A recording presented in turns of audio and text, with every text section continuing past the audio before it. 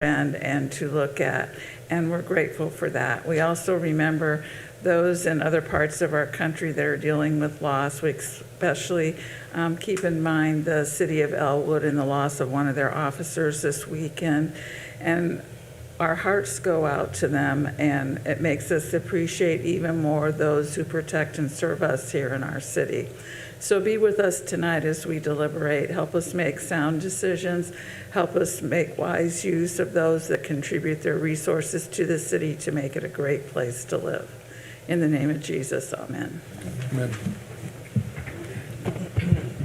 I pledge allegiance to the flag of the United States of America and to the republic for which it stands, one nation, under God, indivisible, with liberty and justice for all. All right, thank you, Diane. Those were well-chosen words tonight. Appreciate it. All right, let the minutes reflect we're all present tonight. So with that, we'll go to the approval of the minutes from the July 18th meeting, which were presented in board pack. Are there any corrections? That was a pretty short meeting. If I'll not, move to approve. okay, Jerry, thank you. As presented, is there a second? I'll second. All right, thanks, Jack. Any further discussion? All in favor, say aye. Aye. Those opposed? All right. Welcome to our visitors tonight. We'll hear from you all later, I'm sure. Christian, good to see you here. Thanks for coming. Christian, how long are you around for? You getting ready to head to school? 4 more weeks. Okay. Christian's been scanning documents from the basement and putting all our old records on microfilm, I believe is where it's going. Yeah. Good. All right. It's a big job, and thank you for helping the plan department and everybody else out. All right, let's, cable franchise fees, MediaCom is listed for your edification, $267.82 for the quarter, it looks like. No unfinished business with that. Let's move into new business. We'll start with Jeremy, our Community and Economic Development Director, will present a tax abatement application.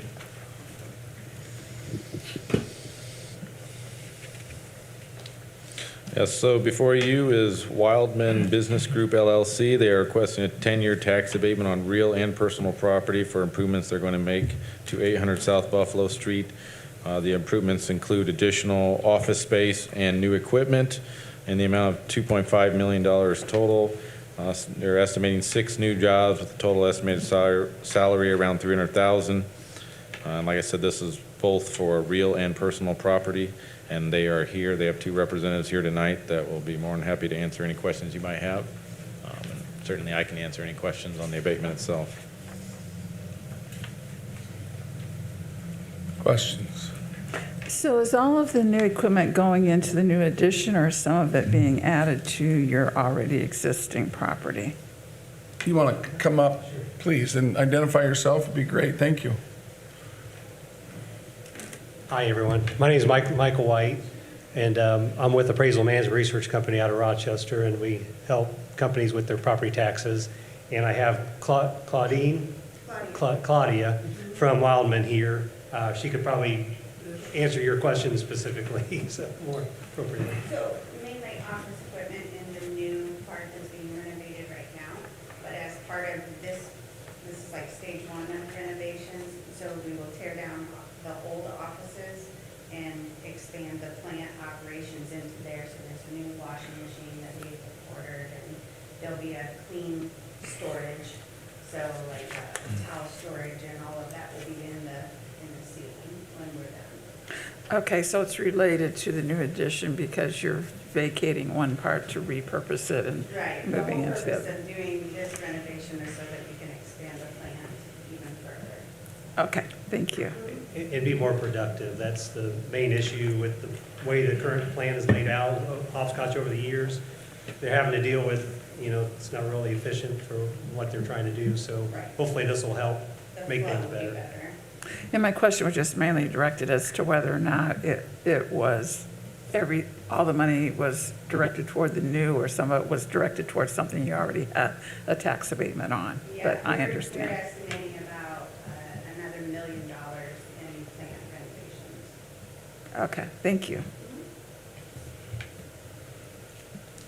So I have a question. It's been a while since someone from Wildman has been here. Has the company been sold? Are you still locally owned, or what? We're still locally owned. It was sold in 2012 to the family. So Brent and Karen Wildman were the sole owners. And then now it's their son Josh, who's our CEO, and 3 of his brother-in-laws, and they own equal shares. Okay. So, no, we're not selling. In fact, we just did an acquisition near Hammond. Okay. So we are actively growing very quickly. Okay. Yeah, the real property, I think what you might be alluding to is the real property is now under a different ownership. It's now called Buffalo Street. Buffalo Street LLC. Uh-huh. Okay. And which is owned by our same owners. They purchased the building, we had a 10-year lease from Brent and Karen Wildman, and so once that lease was up, then we purchased the building. I see. Okay. So are you doing any additions? I'm not quite clear. You're going to put these new offices in existing facilities? Mhm. Yes, there was sort of offices, sort of storage, not great for the flow of the plant, so we decided to use that, renovate it, make new offices. It'll be for the sales team, service, all of our service, and we operate about 28 uniform and linen routes out of the Buffalo Street location, and then we have about 13 routes for facility services that operate out of that location as well. So all of that will be housed within their HR, and some customer service will be in that general area. Thank you.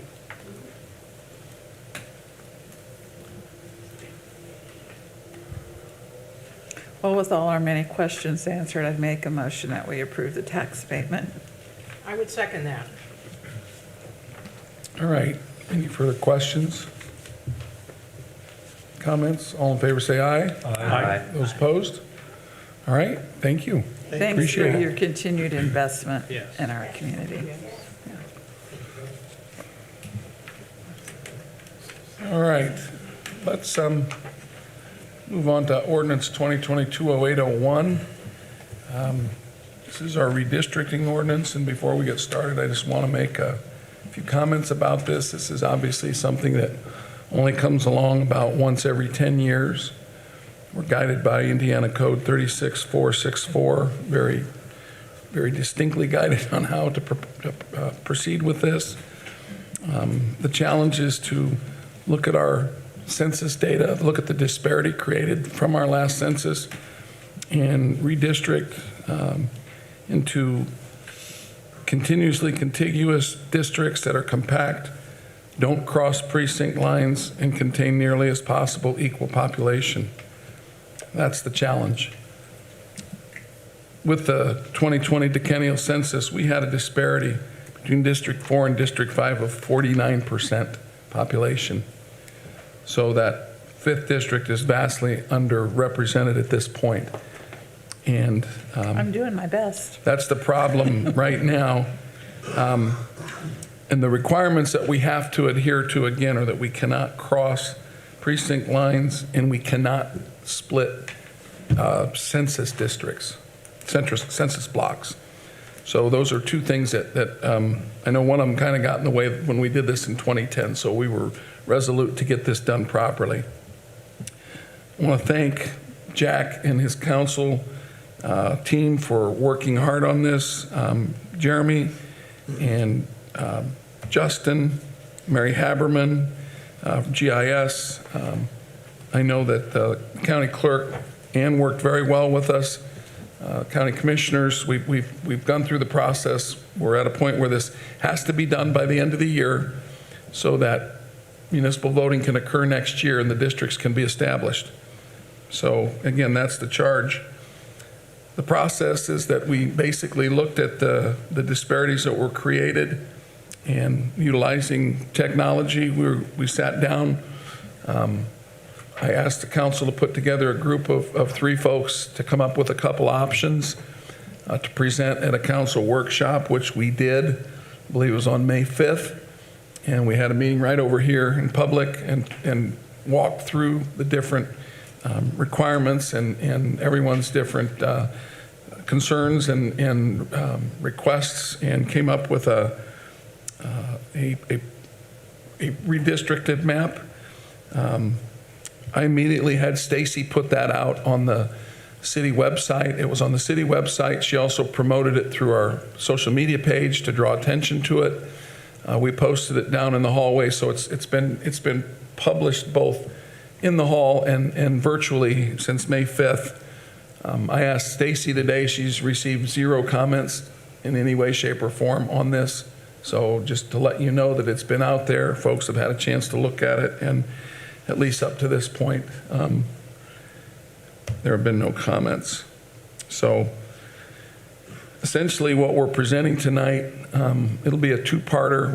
We'll do our first reading tonight, and then there will be a public hearing at the next meeting. And if it's approved, then it'll go back to the county, and I believe they send it to state election board. So process is very well laid out. We've got plenty of time.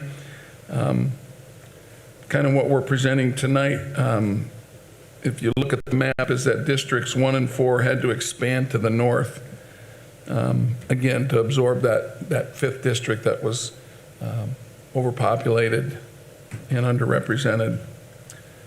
The council, and we all, in our discussions, gave a lot of real attention to not splitting neighborhoods. Through our Community and Economic Development Director, we're told to pay attention to anticipated growth for the next 10 years, and also the prospect of US 30 potentially splitting our community. So we felt those things were all really important when it came to putting this map together. I guess the bottom line is the council, and we've all spent a lot of time, considerable time, developing a plan with a very strategic solution. And that's what's being presented tonight. So the county commissioners, in order to avoid overlapping precincts, we asked the county commissioners to approve the map of the districts that will coincide with our voting districts. And they did that, Jack, that was last month, I believe. Mm-hmm. So that was sent, that map, that original map that you have in front of you was sent back to us from them. That's what we're considering tonight. I know there's some confusion on some of the colors, and we can shade that around, but that's not the important part. The important part are the boundaries. And then that's what you want to pay attention to as we have our first discussion tonight about this and take a vote on that. Jack, do you have any comments? I know you've worked hard at this and have been very involved. Any thoughts before we advance this? Well, I would like to thank the county clerk as well as the team that helped me present this to the council and all the work that was put into it. I'm very happy with the fact that we were able to, with Mary Haberman's help and the planners, kind of look a little bit forward into which districts were possibly going to be growing more than others.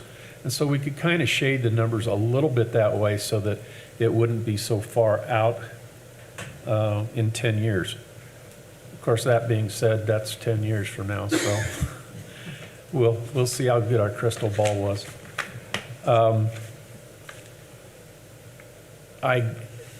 So as far as the colors that Joe was talking about, and this is just something that I think that we can just take care of here as well. I labeled District 1 as lavender and District 2 as green, and it should be the other way around. But I think we can do that with just as we go forward, make that amendment and go on. I don't think that needs to be an amendment. think that needs to be? That's part of the description of this map are the boundaries. That's what's important. Okay. And, I mean, you can change that map, or you can change the colors, you can change the font, to me, that's a Yeah. font change. I don't believe that we need to amend anything. I truly want to stick to what was sent to us from the county commissioner, excuse me. Well, because- and that would, because we are staying strictly to the map that they gave Right. us. And The boundaries of we the have map. to. Yep, We have to stick with the map that they sent us, and we are. I'm just thankful that they were able to go ahead and get it passed and sent on to us before we eventually came to this point. You'll find some of the, you may not be familiar with some of the names that we've got here. We're used to, Ward 4, Precinct 1, names like that. And you'll see that there are a few that are named like Prairie 2, Warsaw, Plain 5, City 5. Those were names that were given by the county clerk, and those are the ones that we are dealt and need to operate with. But it's just a name.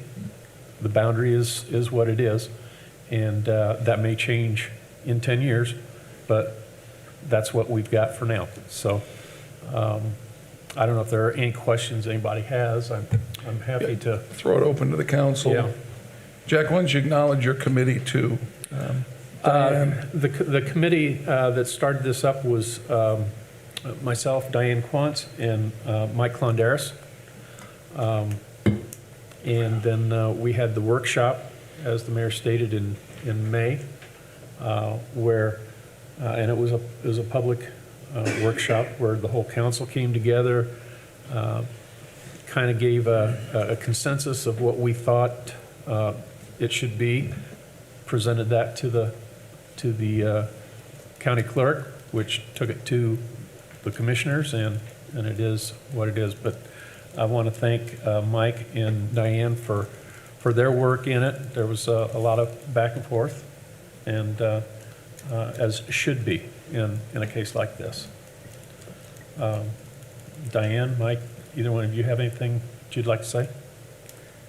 We were able to straighten out a lot of the boundaries so that it's a little clear. There's a few places where it looks jagged, but that's because of the precincts, the census precincts. And so we couldn't change those little jigs and jags, but as much as we could, we tried to make it a little bit more linear so it would make more sense to people. And like you said, we had a good representation of the city top to bottom when we were working so that we could really look at neighborhoods and, people that might have like concerns in like areas of the city, so. All right, other comments? Have anybody been made aware of any comments from constituents on the map? Okay, well, I guess that's a good sign. Only just people in my district going, oh, we won't have you anymore, but we had to make some changes, so. Like I said before, I'm sorry to lose anybody, but I think this is a more fair representation. All right. Well, again, this will be first reading, and if you do so approve, we'll be back next meeting for public hearing.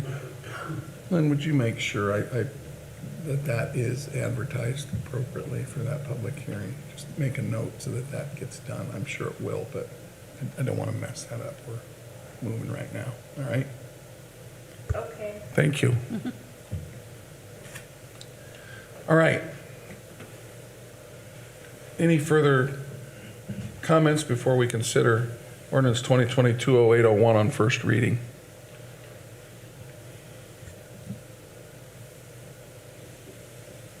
Hearing none, I would make a motion to approve.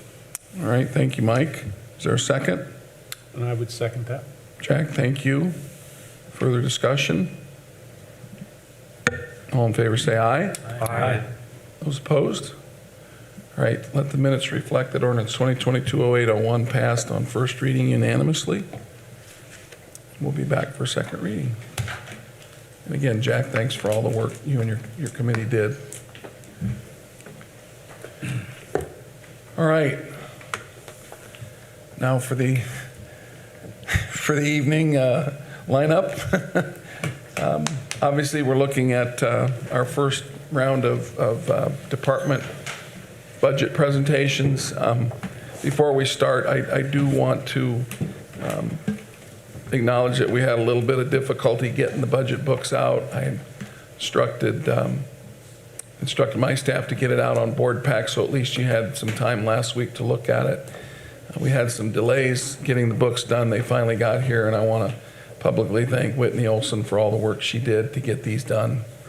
She did a very large part of work to get these books on your seat tonight at this time. Literally, I just got them today. So, again, I want to acknowledge that. As far as what we're heading into with budget preparations, I don't think it's any secret that, we're looking at inflation that's already hitting us in wages, in our utilities, in our supply costs, construction costs, energy costs, everything. And it's going to present a challenging year for us. And that's just, we have to expect that inflation is going to continue. We don't know how far it's going to go, but obviously we've got to keep our wages up. We're proposing a 4% wage increase in this budget. And there's obviously many good reasons to try and strive to do as much as we can for our great employees. For about the past 6-7 years, we've been very fortunate that the growth and investment in our community has helped offset the increase in the tax rate. And that's worked in our favor. But it's because of what we offer the community, what the services that we provide, that folks want to come to our community and invest in our community and work in our community. And we've got to take that responsibility to continue to provide those services in the face of inflation. Right now our tax rate is lower than what it was in 2016. I don't know how it's going to go this year, but I think you all have done a great job promoting growth in the community, keeping our budgets to where they're as lean as they can be, but providing the services. And certainly that's what we're going to continue to strive to do.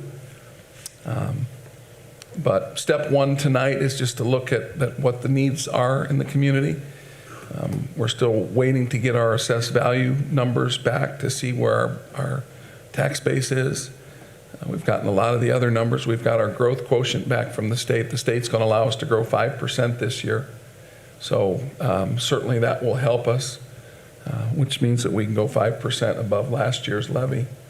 But again, that doesn't come without a tax increase. So we have to take that seriously. And if we can offset some of that with a broadening of the tax base, it'll soften that for sure. So nonetheless, we've got our challenges. But tonight is just the first step, and that's listening to the needs of our department heads and their budgets. I've gone through all these budgets with them. We've talked about these things. Everybody's aware of what we're facing. But the budgets are presented tonight in a form where they can't be increased. And we just, as you know, this process, we start in August and work for about the next 5 months to get it down to where we can balance our budget and do as well as we can. So, before we get started, questions? All right, Joe, Justin, yes. I added a few extra things this year. I didn't know if anyone wanted to go over those or anything before we started. It's mostly under the miscellaneous 1782 unanimous tab. And I have the AV and levy and rate history, and then the second page is just what the general fund budget's been from year to year since 2018. Yep. And then we have what the max levy is for the fire territory, and what the max levy is for the city side, and what our property taxes taps are. That's what we will not be collecting. And then under tab that says fund balances, I have the fund balance from December of last year, which would give you a whole year view of what revenue has gone into a fund and what has been distributed from that fund. And then I also, behind that, I have the June fund balance that I talked about at the last meeting that shows 6 months worth. the 6 months for this year. And I also like to thank my staff for going over all these budgets and making sure everything was added right and whatnot, and for all the copying we did to get the book completed. All right, so the first set of documents, fund report, was for your actual results for 2021. And then that second 6 months is for actual results from the first half of 2022. Under miscellaneous revenue. It's under fund balance. All right, let's move ahead. Justin.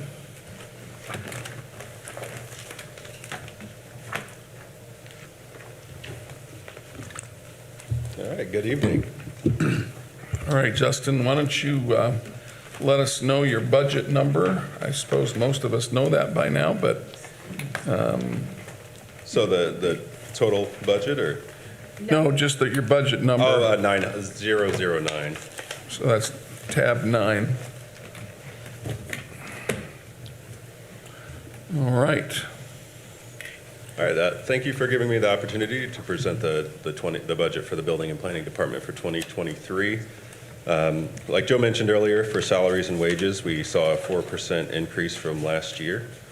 There was a sharper increase for us with dental and medical, and this was at 28%, and this was due to some staffing changes as well as that year-over-year increase that was prescribed for the city. For FICA and PERF. Yeah, let me just comment on that. We asked the department heads to put in a 12% increase for the health insurance this year. And again, we typically budget high going back to our days of when we were self-funded, and we put 15, 20% in. We've not had it. Last year, if you remember correctly, we actually decreased our health insurance expenses by around 6%. I'm not looking for that to happen this year, but I don't think we'll be up to the 12%. But thanks for bringing that up. I failed to mention that was the increase that I'd asked for. And for FICA and PERF, both saw an increase of 14%. That brings the total change for personnel services for 2023 to 11% over 2022. For office supplies and operating supplies, I am proposing an increase of 15% to help keep up with rising costs. For engineering and surveying, I'm proposing a 20% increase, again, to help keep up with some of those rising consultant fees that we saw over the last year. Moving ahead to classes and conferences, I'm proposing a 22% increase in this area, and that's largely due to a new staff member in our GIS 2 position. This is a very technical position, and it benefits the city to have them up on best practices, and that was a newly created position, so saw a little bit of a jump into those continuing education funds that we'd like to use for those positions. Communication, I haven't proposed any increase. As the city as a whole moves to a centralized IT department, we're able to reduce some of those line items, so there's no increase in there. Also, the maintenance budget for our vehicles, we recently updated one of our older fleet vehicles, as well as we're able to use some of those centralized services that the city's developing for mechanics. So we were able to keep that vehicle maintenance budget the same this year. This amounts to about a 15% increase for other services and charges for 23. Capital outlays was unchanged from 2022. So the proposed budget changes equate to an 11% increase in the total budget for the Building and Planning Department for 2023. So with that, if anyone has any questions, feel free.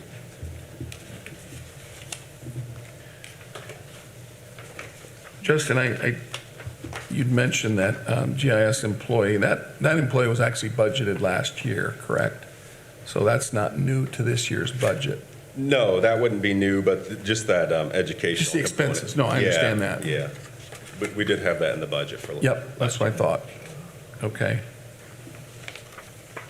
All right, questions?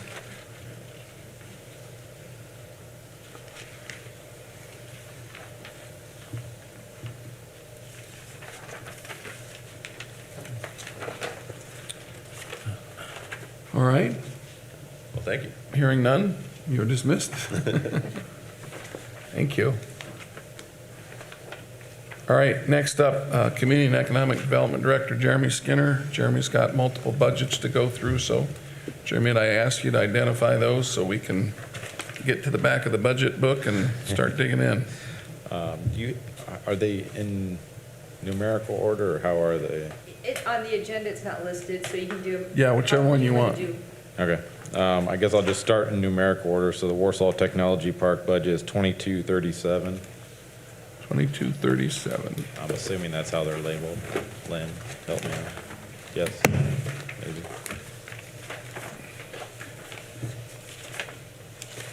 Jeremy, would you just quickly explain how this fund is supported? It's not a tax-supported fund, but it's supported from revenues from the tech park.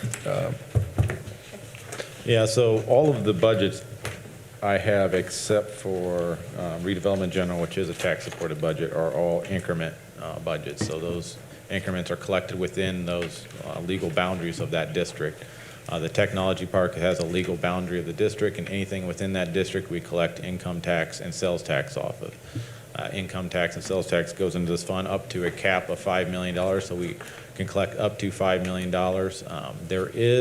There was a statute that was passed. I think we can collect, once we hit that $5 million cap, we start over. We go back to a base of 0, so we don't get credit for the $5 million that we've generated.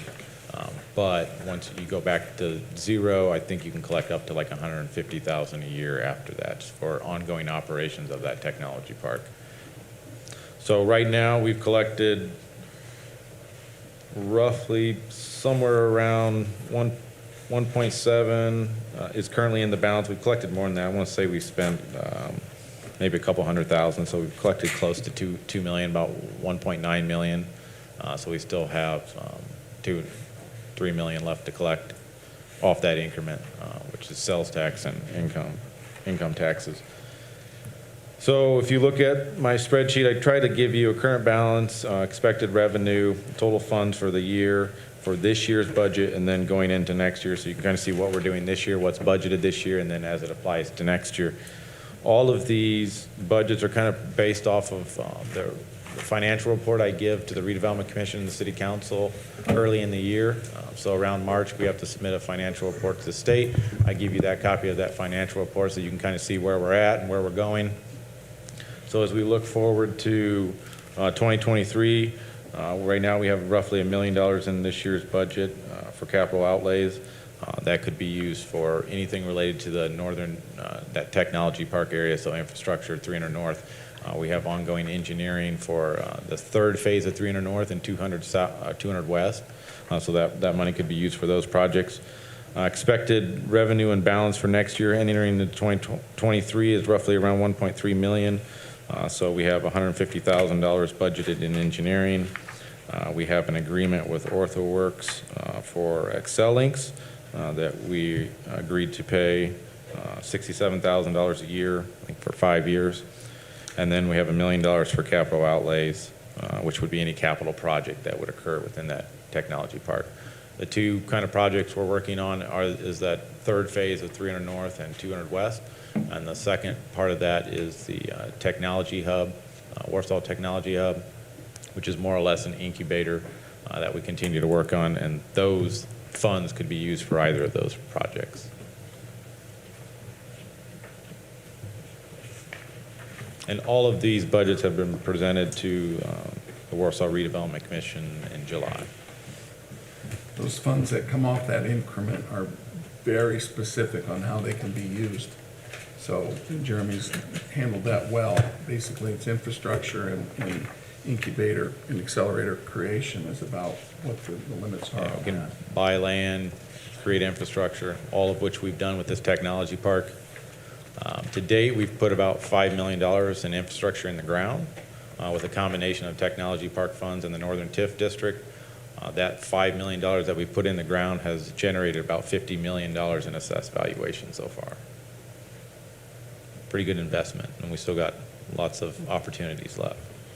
Kind of goes back to what we were talking about, keeping that tax base up, reduce our tax rate. So thank you. Appreciate that, Jeremy. Any questions on the Tech Park Fund? All right. I think the next one is redevelopment general, which Yes, would it be 22, or 2503.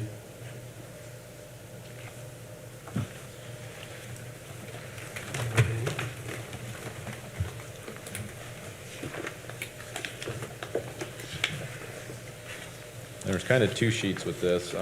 And the reason the two sheets are on this one is early on, the city created this redevelopment general fund as kind of an operation fund for the redevelopment commission. As we continued to have grown the operations of the redevelopment commission and what we're doing with the different TIF districts we have and now the two residential TIF districts, creating my position now, the community economic development director, has basically put this original plan that they had back in the 90s into effect with creating this as the operating budget of that redevelopment commission. So going forward, this will kind of be the office operations of the redevelopment commission. It pays for their bonds. There's wages and benefits for myself and the administrative assistant I have. Office supplies will come out of here, any travel or printing and other services. And then at the same time, because it's a general fund, we can use this fund to do any redevelopment project across the city. It does not have a boundary tied to it. So when we do something like the Arnold or the project on Market Street, a senior housing project on Market Street, we can use this fund because they're not necessarily in a redevelopment district, but we can use this fund to generate those projects or to fund some of those projects or costs associated with those. So looking at 2023, we got roughly wages and benefits of $72,000, office supplies 3,000, professional services of 30,000. So the professional services would be the operating cost associated with our legal counsel and bond issuances and so forth would come out of that 30,000. Travel of $500, $2,500 in printing, $500 in bonds. Each redevelopment commission, according to the state statute, is required to have a bond. So that bond is paid for by the redevelopment commission, and $6,500 in other services, and then that $200,000 in infrastructure projects for a total budget in 2023 of $315,000. That infrastructure project could be used for Arnold, it could be used for GACI, it could be used for Owens, the Buffalo Street project. It's got that flexibility that the other districts don't necessarily have. So that money is in there to help with any of those projects. It could be used for the downtown as well. So it's just money allocated for any project that might come up within the redevelopment commission.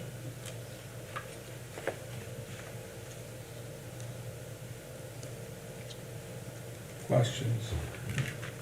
So I have two questions for you. On the sheet you gave us that details the salaries, at the very bottom on the left where it has edit, redevelopment general, and northern TIF, is that where the part that each of those Yes. puts So into that? Okay. there's three, so the edit pays for a portion, Northern TIF pays for a portion, sewage pays for a portion, and then the redevelopment general. So it's split between Okay. four different funds.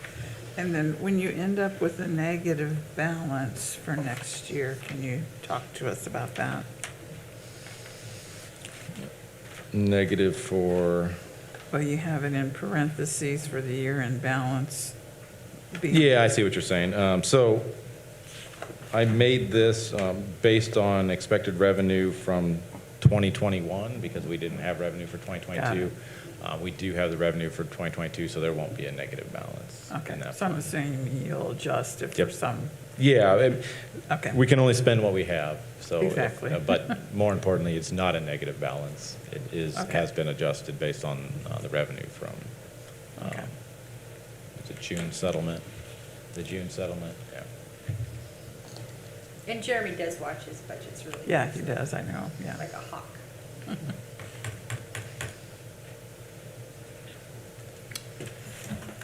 Others? All right, Next would be 4445, redevelopment allocation.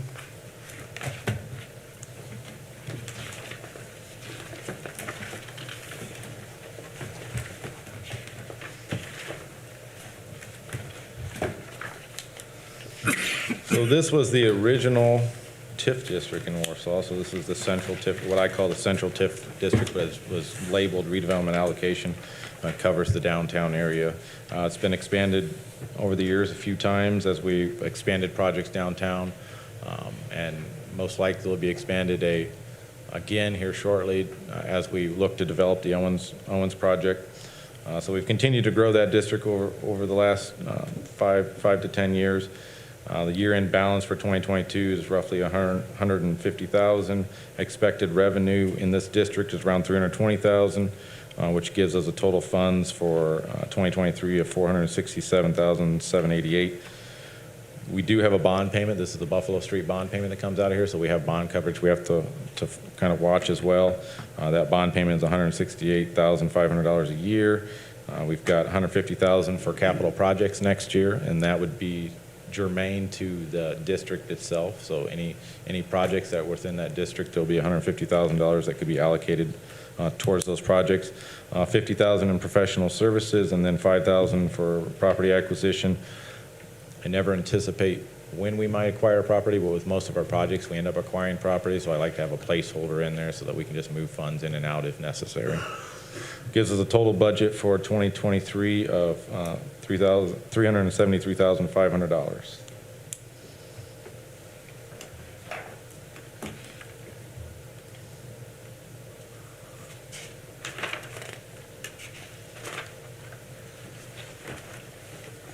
questions?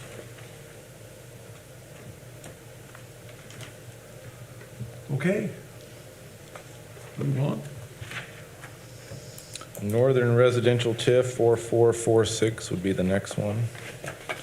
So the next two, the Northern Residential and the Southern Residential TIF District were created end of 2019. Last year was the first funds we received from that TIF district. These were primarily for developing residential housing opportunities. So the last year and this year were the 2 years that we received revenue. Last year, we received roughly $60,000 in 2022. Or we had a budget of $60,000. I think we received around $90,000 in the Northern Residential TIF. So it's grown quite a bit, and it's continuing to grow. This year, we look to receive around $160,000. Tab 2023 to be around the same in that revenue, which gives us a year balance to start in 2023 of $92,000. Expected revenue of around $160,000 for 2023, which gives us around $252,000 in total funds. As we develop projects in this area, we're looking at two different developments. We have Alta Vista, which is off of Old 30, and then we have Bella Augusta Phase 2, or the second development of Bella Augusta, which is north of the existing Bella Augusta. Those are the two projects that we're working with developers on in this Northern Residential TIF. The Menards development is also in this residential TIF, but as of right now, they're currently not moving forward, but we'll continue to work with them to hopefully get that project completed. So professional services of $20,000, and then a capital outlays of $150,000. We have a sanitary sewer expansion that we're going to do to service Alta Vista, and we've entered into a development agreement with Biggs as he develops Bella Augusta Phase 2. There's some storm infrastructure that we need to fund as a part of that development. Jeremy, would you just briefly talk a little bit about, these districts are very new, and they were created specifically to promote residential growth in those districts, obviously. Yeah, and both of these districts were primarily focusing on single-family housing, right? We have a lot of other housing projects that we're doing, with the senior housing on Market that was finished. The Arnault property is going to be a family housing project. We have the Buffalo Street and we have the Owens. And so there's other projects that we're doing that are, I would say, more multifamily, more high density, but these two districts were specifically chosen to kind of accentuate our need for single-family housing in a variety of different ways, but looking at it primarily for single-family housing, not as a multifamily. Not to say that some multifamily might not occur within these districts, but primarily that's our focus. And focusing on that, we have a number of infrastructure projects that we have to do. With the Northern TIF, the infrastructure is a little bit more readily available. It's got a little bit higher development occurring in it, but there were still some hurdles to those developments, whether it be the Menards and the cost of the infrastructure, or Alta Vista and getting the sanitary sewer to it, or the Bella Augusta, the second phase of Bella Augusta was a stormwater issue. There was no outlet, so it requires a significant run of storm pipe. Down south, the TIF district, the infrastructure is lacking, so we're working with wastewater on a lift station expansion that will open up roughly 300 acres to development there. In both of these districts, prior to 2019, we worked a lot on annexation. We annexed in that year, I think we annexed in over 400 some acres of land, trying to create development opportunities. So we annexed that property in, so now we're trying to get the infrastructure there to create these new developments, and that's going to have, that's primarily what these two districts will be doing. As we collect those revenue off that, we'll be reinvesting it in the ground, whether it be road improvements, sanitary sewer improvements, storm improvements, improvements to create those new developments. All right, so any questions on the northern residential TIF? I assume we'll jump into southern here in just a second. Go ahead. Jeremy, you mentioned Menards, Bella Augusta, Phase 2, and what was the third one? Alta Vista, Alta Vista. that's off of Old 30.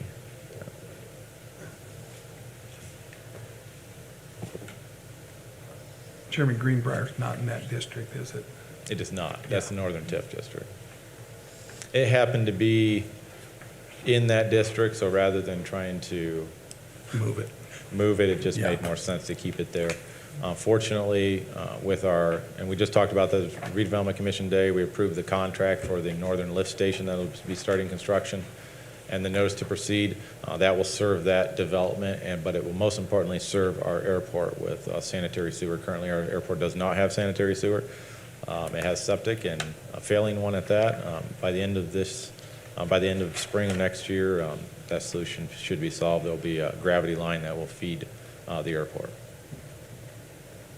All right, I didn't mean to run you off course, but, all right, any final questions on the northern TIF? Northern residential TIF?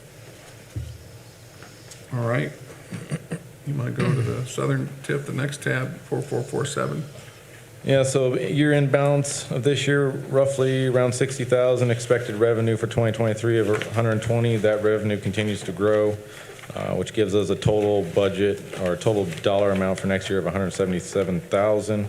We're putting roughly 50,000 in professional services and then 50,000 in capital outlays.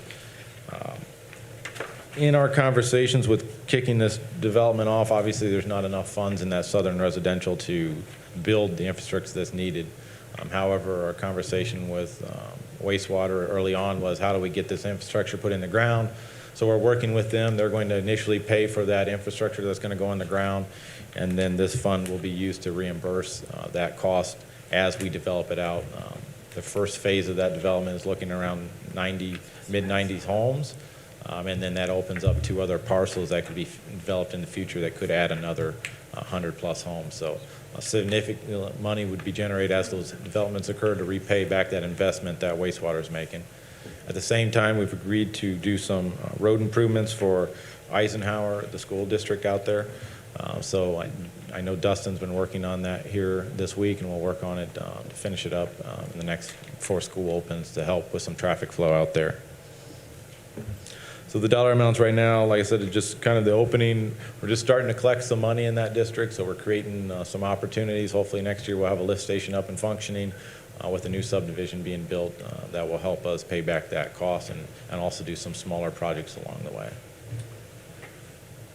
So we were one of the first communities in the state to put the residential TIF in, and if you might remember, there were some specific guidelines of the number of homes built that you couldn't exceed and be eligible for this. And we actually had to get in under the wire to get this done. So this is great work that's addressing the housing needs that a lot of communities have. And Jeremy took the foresight to get these in when it was timely and it was available to us, and it's starting to pay off now. I think it's really important to recognize that. They're still small. Northern one's growing quicker, but they will get there. So appreciate your work on that, Jeremy. And any questions on the numbers on either of these? All right. 4448, the Northern TIF District. Obviously, this has been one of our more successful TIF districts, and we continue to create development opportunities out there as it continues to grow, which has afforded us a lot of opportunities and infrastructure improvements. It's paid for the first 2 phases of the 300 North. It paid for Sheldon Street way back in the day. It paid for the lift station that's going to service the airport industrial park.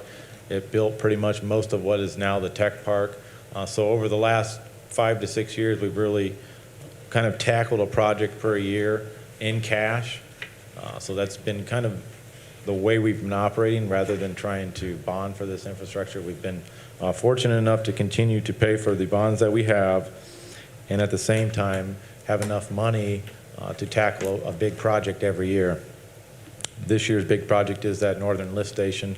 Next year, there could be a number of projects on the list, depending on what the redevelopment commission chooses to go forward with. We've got 300 north, and we got 200 west that are mostly engineered. But we also have some development pressures that may trigger a different project to come forward at a quicker pace. So as 2023 comes forward, we'll be able to identify those projects. But a portion of my salary and the engineer's salary comes out of this district. So there's $102,500 in salaries. And then all of our bond pledges. So a sewage bond pledge, $600,000 is pledged towards sewage debt from this Northern TIF district.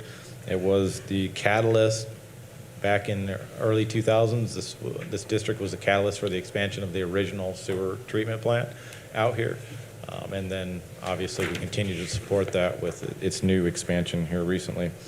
Winona PVD 1, 2, and 3 bonds come out of here. Thompson and Thrift, which is the Warsaw Commons, the Coles Development bond, and then the last bond we did was the Airport Industrial Park, also comes out of here.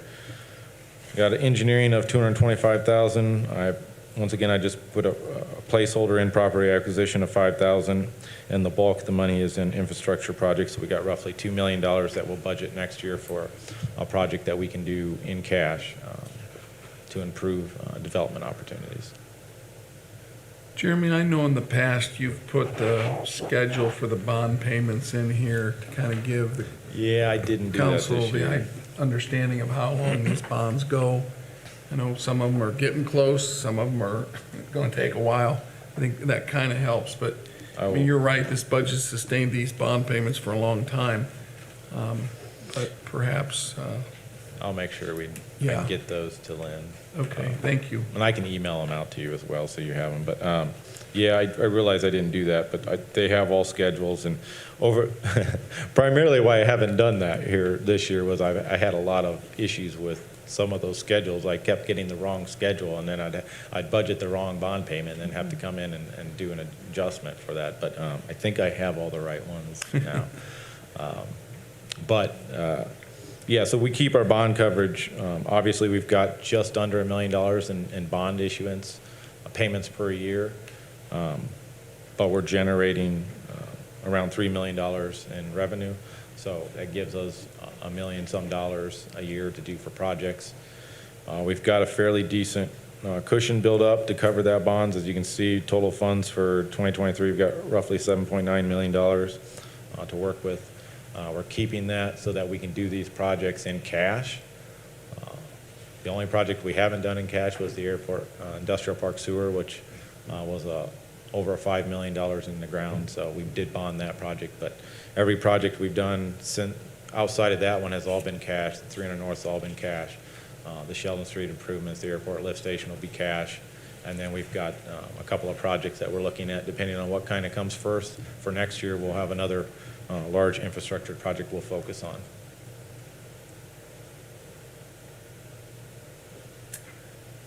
Great. It's a very productive TIF district. And what's it got, about 12 years left on it? Portions of it have 12, portions have 15, portions have 20. This is also another district that we've expanded over time. It's kind of a domino effect. As we create developments, we annex in, we bring in more property. The Airport Industrial Park obviously was the newest addition, so that will have a 20-year lifespan. As that park grows, as we provided them sewer, the opportunity to grow that they didn't have before. There was a lot of land out there that was not used to its full capacity because of that septic requirement. Water treatment, all that kind of plays into and how much you can do on a piece of property. And so all those properties were on septic. They no longer need that land that those commercial septics would eat up. So now that land can be built on and expanded. And obviously, we've already seen some expansions out there. So this is a really good time to talk about what you all voted on last year, and when we passed that resolution to have the state legislature replace any reduction of TIF with replacement revenue. And you can see why we need to do that now, because of the bonds that are being pledged. And this is gonna come up again this year. And I can't tell you how it's gonna play out, but I feel pretty certain that the state government's not gonna let us hanging with these bonds. There's gonna be some type of replacement revenue, but I think you can bet that there's gonna be another move to try and reduce the business personal property tax that's gonna impact this. So this is really the tool that we've been able to use to grow our tax base, keep our taxes down, attract investment. I mean, we've been so fortunate with what we've got here and the tools that we've got. And this community uses those tools properly. And to have a somewhat uncertain future with that is a little bit disconcerting, given the work that you all have done and we've been able to accomplish in this community. But just a side note, and it bothers me every time I think about it, but it'll happen again as it comes up in the legislature this year. So keep your eyes on Howie politics, right? Okay. Good point. The last one is 4449, which is the old Winona Interurban, or the GACI TIF district. Obviously, we've got a lot of potential projects that we're working on in this district. The marketplace was part of this district originally. We brought that in I think 2019 with the intent of trying to create some potential development opportunities that could occur there. It enabled us to create a riverfront district that opened up liquor licenses, if you remember correctly, in that district, with the intent of maybe drawing in some restaurants. Obviously, that didn't happen, but we did draw in a new developer who's investing a significant amount of money in bringing that marketplace back up and putting some new stores in there. So for 2023 or 2022, we're going to have an inbounds of roughly 50,000, expected revenue of about 9,500, which gives us a total of about $58,000 for 2023. And I've split that between professional services of 20,000 and then capital outlays of 30,000, total budget of 50. And that can obviously go for the Arnault project or GACI. The Arnault project's demolition's been done. The contractor is anxious to get in there. IFA and IDEM are finishing up their work in there right now. So hopefully in the next 3 weeks, the developer will be able to get in there and start work on that project.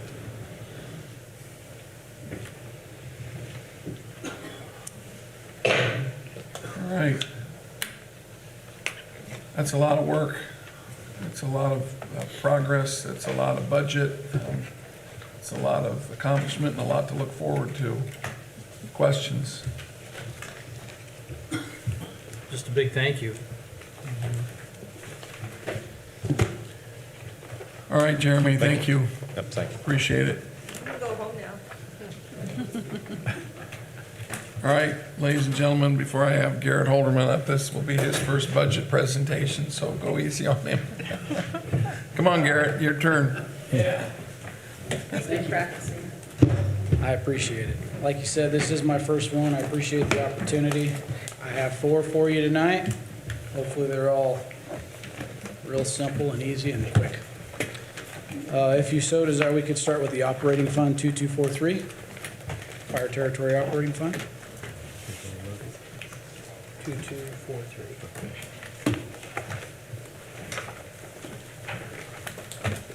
Everybody there? Get 2243. All right. All right, we'll kick off with salaries and wages. It's up 11.91% from last year's budget, and the main reasons is the mid-year increases that we got this year, the 4%. And that also includes a third of HR, the clerk's office, and the city engineer's salary as well. That's why it's up 11.91%. Employee benefits, as stated earlier, were a little bit inflated. We're waiting for hard numbers later this year. Because of the mid-year raises as well, our pension went up just a little bit to include that 2023 4%, so that bumped the pension up just a little bit as well. As far as other personal services, we only went up about 1.5%, and that was just for the addition of the CARES position. We added another cell phone and clothing allowance for her for the year 2023.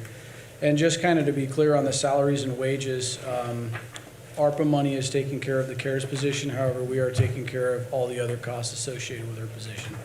Benefits, clothing allowance, all that stuff, vehicle maintenance, all that. You'll see in your ARPA budget, it's not coming out of this budget. Just her salaries. Any questions on personal services? You have the same number of firefighters in this budget as you had in last year's, correct? Yeah, there's no additional firefighters proposed for 2023. We're just Right. going to stay status quo for next year. Office supplies, we're staying the same, or requesting no increase for office supplies. We are, however, increasing operating supplies 25% just due to the significant increase in fuel costs.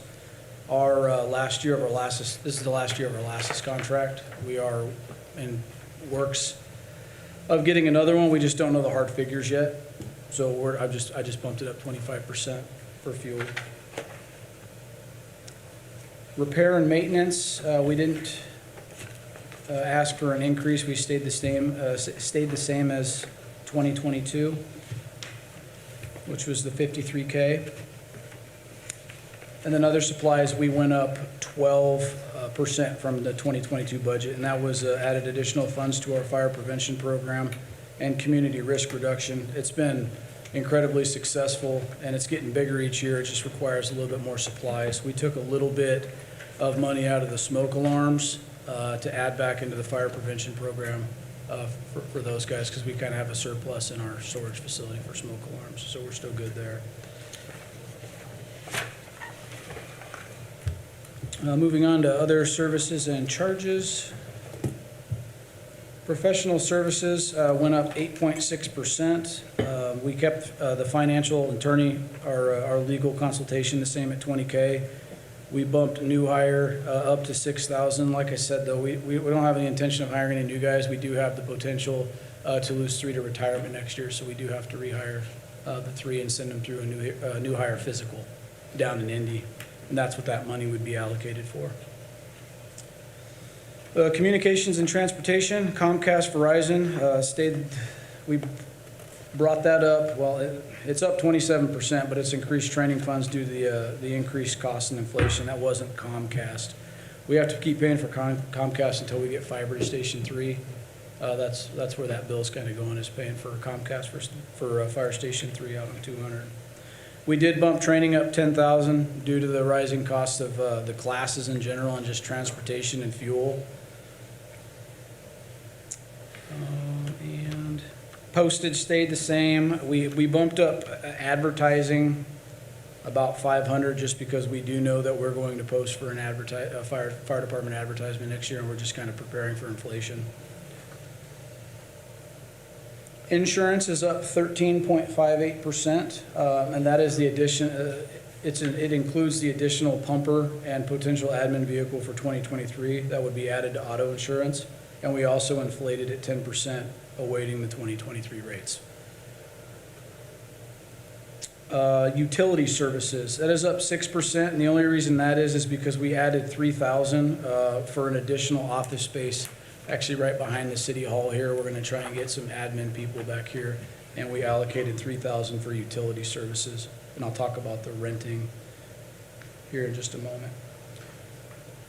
Repairs and maintenance, that is up 12.10%, and that is mainly because the required testing of fire equipment, repairs and maintenance of fire equipment. It's rising costs due to inflation. Unfortunately, everything in the fire service is a little higher than the national average of inflation because they can do it. We don't have that many people we can go buy equipment and parts from, so they're a little higher than the national average, so we just kind of are gearing up for that. Okay, rentals. The percentage is a little scary. It's up 372%. The only reason is because we're adding 12 grand for rent, to rent the office space right behind the city hall here. We only usually spend about $3,000 a year for Wildman rugs and mats, so it kind of hurt that percentage a little bit. We have no increase in debt service. Our subscription and dues went up 3.9%. That trash collection is just for the trash at our training facility. And if you guys need, I can read off kind of some of the subscriptions that we do pay for. I did write a list down.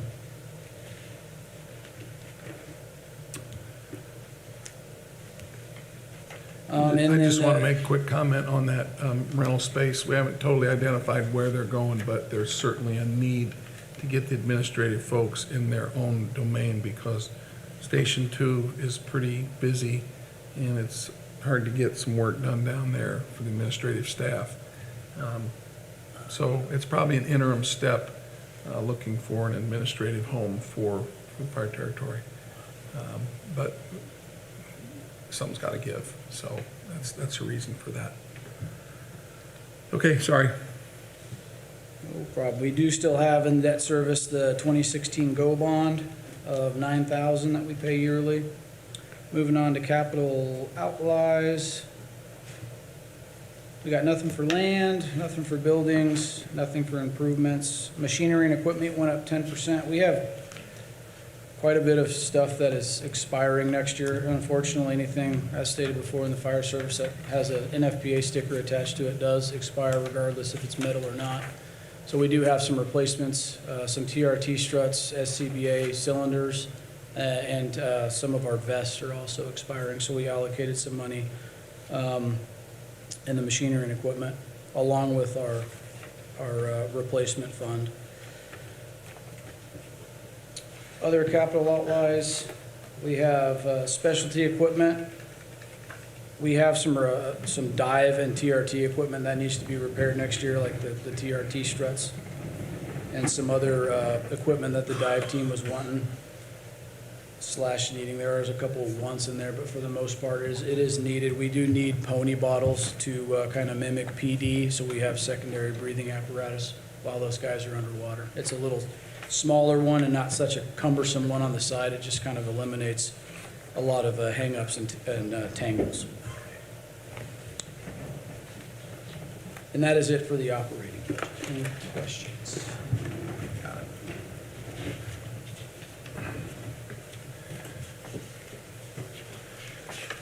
All right, question.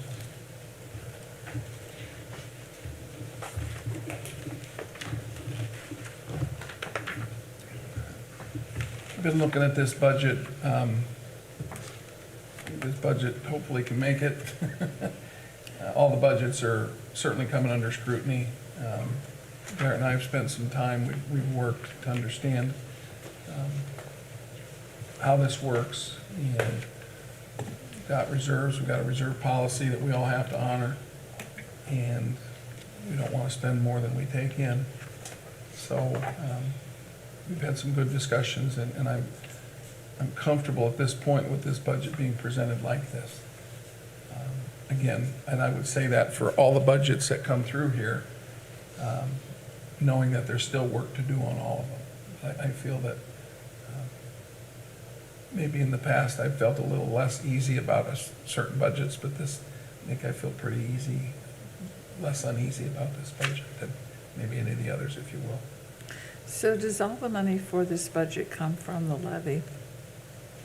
They've got some, there's a COAT tax that what are we putting in, Lynn, 500,000 this year? 700,000. 700,000. 22, 3, and 500,000 Most of for it. this year. Yeah, the levy is 30, It's a little bit less than this budget, that's just what I The was. levy was. max levy's 4778811, and there's about 700,000 of COAT and about another 300, about $1 million of other revenue total.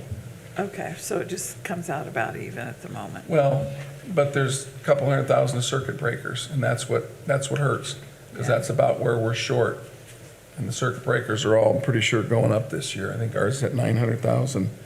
At any rate, that's just that's part of what we're dealt. So, and we don't know what the health insurance is gonna do. Right. And again, I can say this about any budget. Hopefully, we over budget, and we'll be, last year, we really had an advantage because our health insurance rates went down.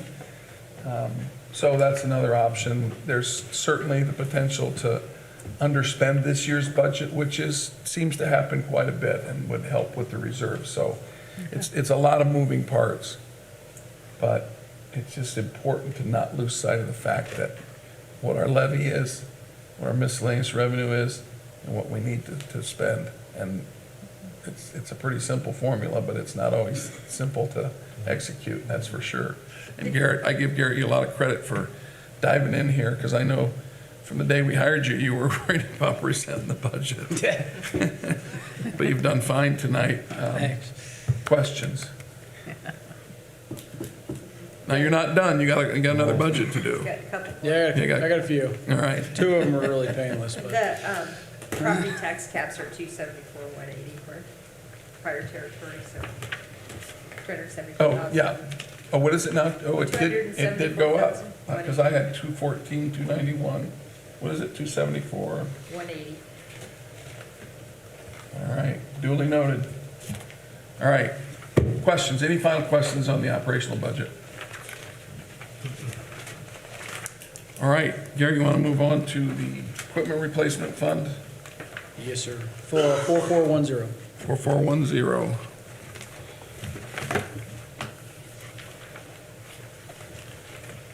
Not 4401, that'd be CCD. I know, I got mixed up too. All right, Okay, so in this fund, I did ask a few questions to some legal counsel this year as far as, because we are a city municipality. We, however, under this particular replacement fund, have to fall under the fire territory statute, which only allows the purchase of vehicles, equipment replacement, or acquisition of property or land or anything like that, nothing else, so. Having said that, we only got back under repairs and maintenance, under other services and charges, we put in $100,000 each for station repairs and station remodels. This doesn't necessarily mean that we're going to use it. However, we have been getting a couple of bids, and $100,000 is not really going a very long ways right now.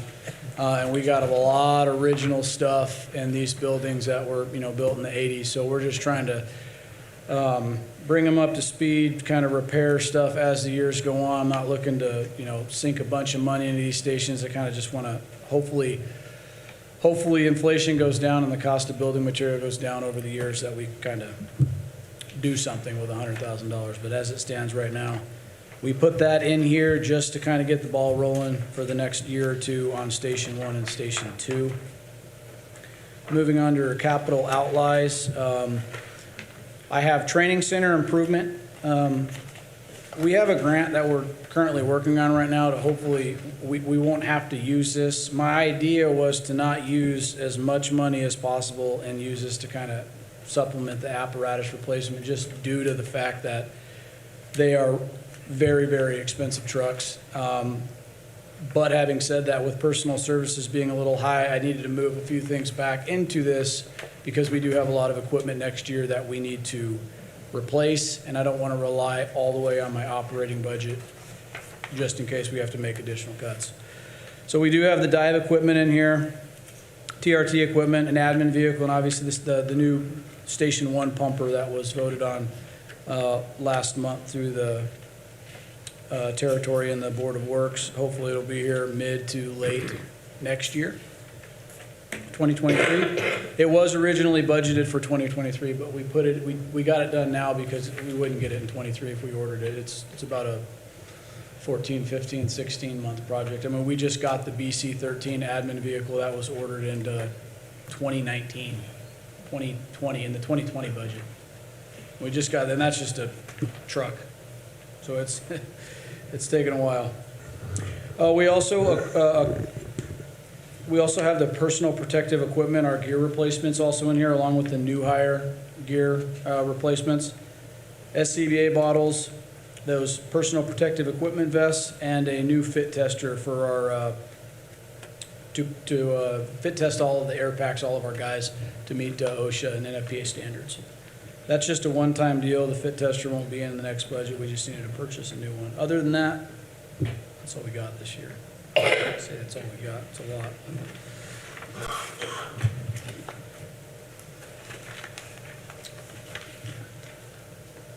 Okay.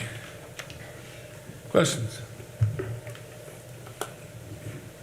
I just want to make a few comments on the $100,000 station repairs. You know, those 1 and 3, those stations are metal buildings, and we've put pretty significant amount of money into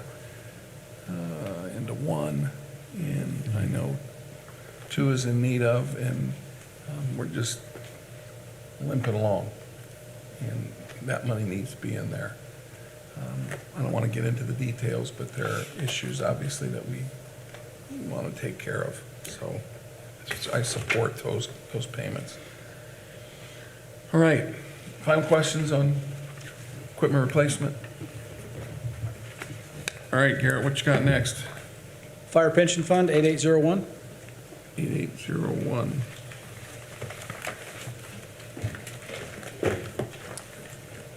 All right. This fund is pretty straightforward. Most of these numbers are provided by the state. The only thing that we really put in there is $300 for office supplies and $3,000 for legal services and a few $100s for transportation. Everything else is kind of dictated by the state.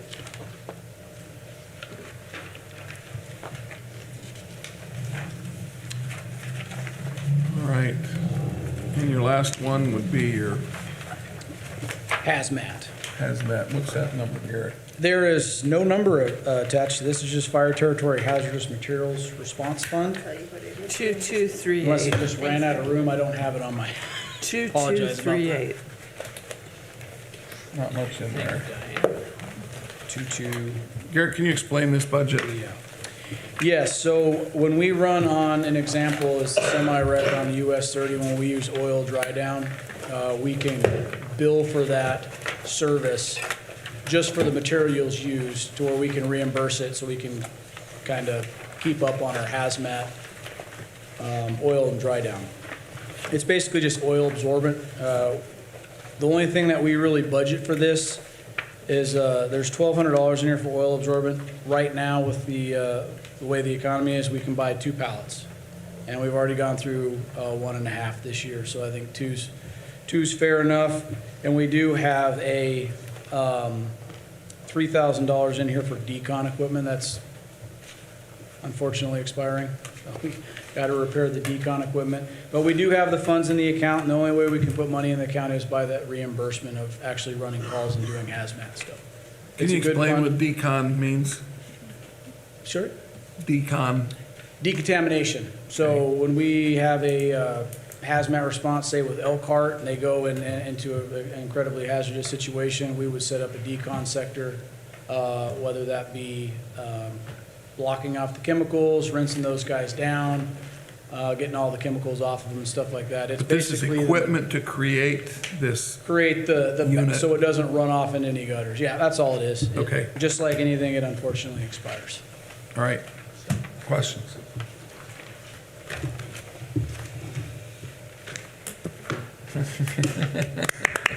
Hey, thanks, guys. Hey, Harmus, appreciate that.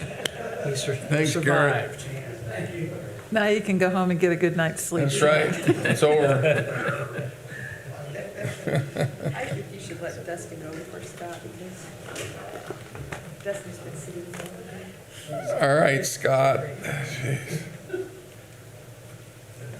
We started at 6. I was here in spirit, Mayor. All right. All right, so obviously, you want to list your budget and we'll get right into it. Start with the general budget, 006. So as the explanatory sheet explains, we try to put as much detail in there as possible to help give some insight on increases or decreases. But obviously, the largest increase for this budget is going to be for personal services, as I think for probably most city departments. But the overall increase for personal services is 6.6%. So the increase from $4,835,430 to that of $5,154,558. That's an increase of $319,127.98. And I will note that with the overtime, the part-time civilian, that is also going to include potentially the paying of the police chaplain.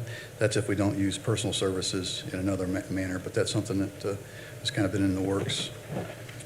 Scott, I want you to stop for just a second and just talk a little bit about where we stand now achieving our full bevy of officers. I know last year we made some reactions to try and get that up because it had been down, and I'd just like to get a report a year later of council made a lot of investment in faith that this was going to work, and I'd like to hear where we stand now. Yeah, absolutely.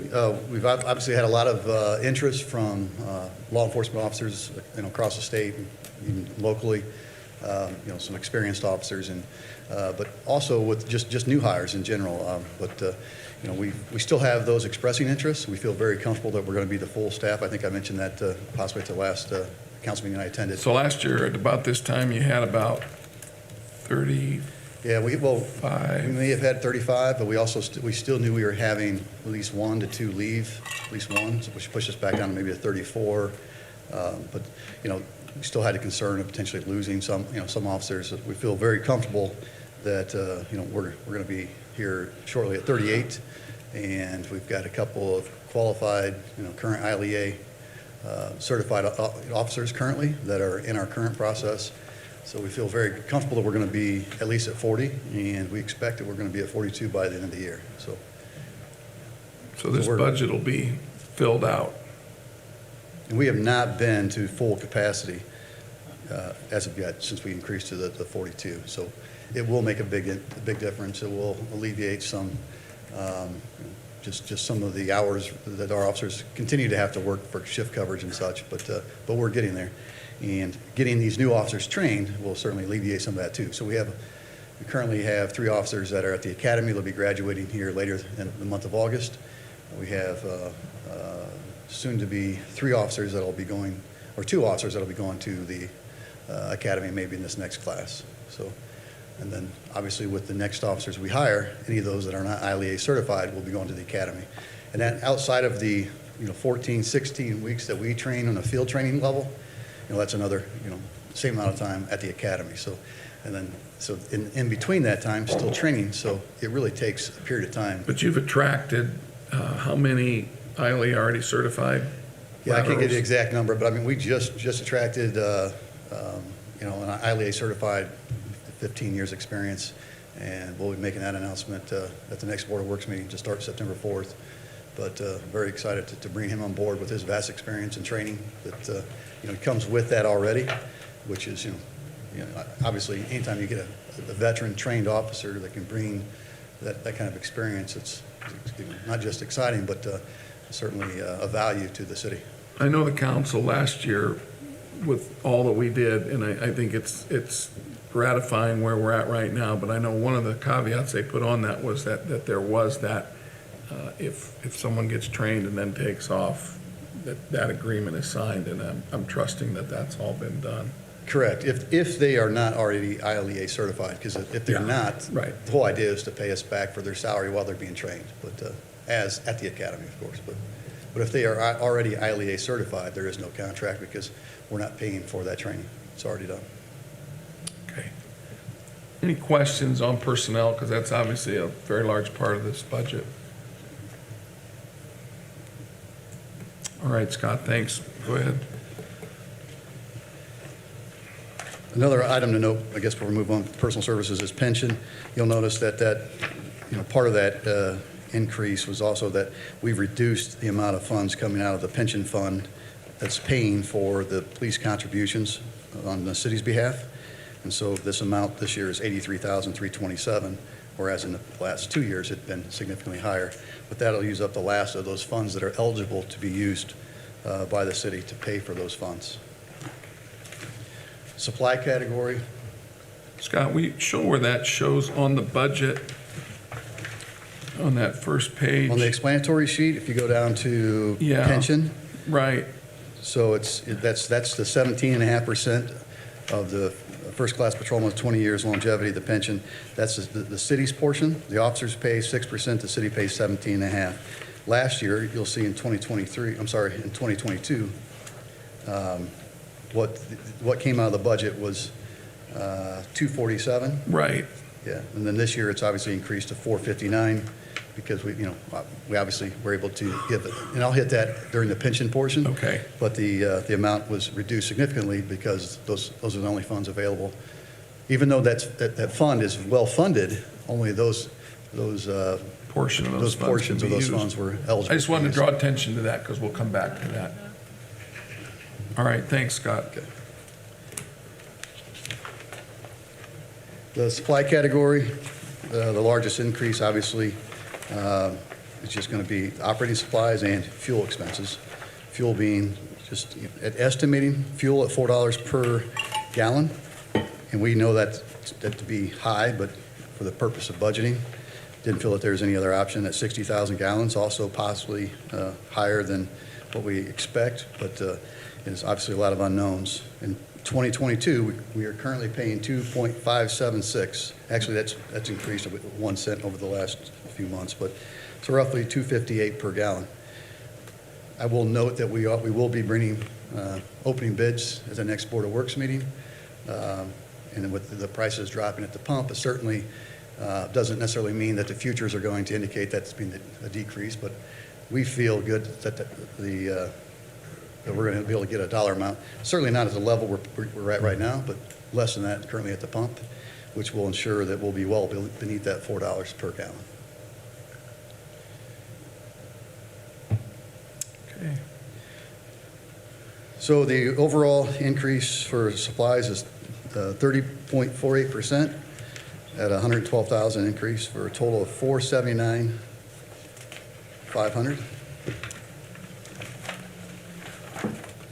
Personal services, professional services under other services and charges.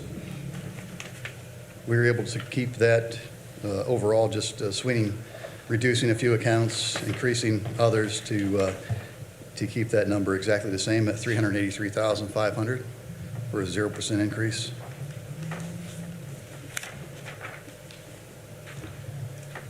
And then lastly, the capital outlays, machinery and equipment. This indicates an increase of $41,000 to a total of $359,900. That'll be for the purchase of 4 police cars in 2023. Estimated probably too low at 38.5 or 38,500. Hopefully we'll have a couple cars to trade in to offset that. So the total budget for police is with an 8% increase to $6,377,458. That is an increase of $472,328 for 2023. Scott, I know in the past, the number of police cars is always up for grabs, fair game, whatever you want to call it. I know in the past you've provided just a list of your commissions and how old they are and matched to your staff and your staffing. At some point, could you provide that to the council? Yes, and I have an up-to-date list. I mean, I think. Okay. I may have failed to do that the last time, but I do have an up-to-date list with current assignments to divisions and such. But I will tell you that that's, another inviting concept, I guess, or that our department has offered, the best of equipment, as good as any other agency in the state of Indiana.